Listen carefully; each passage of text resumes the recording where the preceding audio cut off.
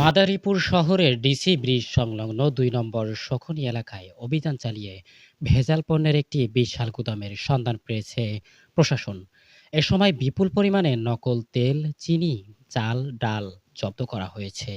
এ ঘটনার সাথে জড়িত থাকার অভিযোগে ২ ব্যক্তিকে আটক করেছে প্রশাসন। গোপন সংবাদের ভিত্তিতে আজ সেখানে ভ্রাম্যমাণ আদালত পরিচালনা করা হয়। অভিযান করতে গিয়ে দেখা যায় অসাধু ব্যবসায়ীরা স্বনামধন্য বিভিন্ন ব্র্যান্ড যেমন রাঁধুনি, চারুশি ইত্যাদি মোড়ক হুবহু নকল করে নিম্নমানের পণ্য প্যাকেটজাত করছিল।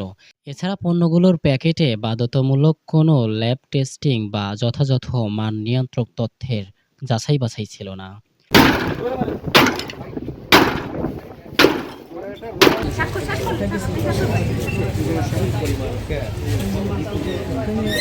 ভেজাল খাদ্য আছে এরকম একটা অভিযোগ পেয়ে আমরা এখানে মোবাইল কোর্ট পরিচালনা করি।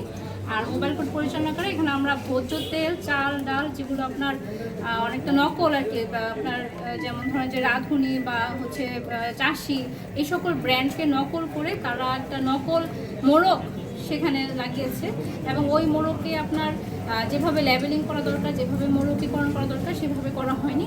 এখানে স্পষ্টত আইনের লঙ্ঘন হয়েছে। আমরা পরবর্তী আইন অনুযায়ী যে ব্যবস্থা নেওয়া দরকার সেটা নিচ্ছি আমরা।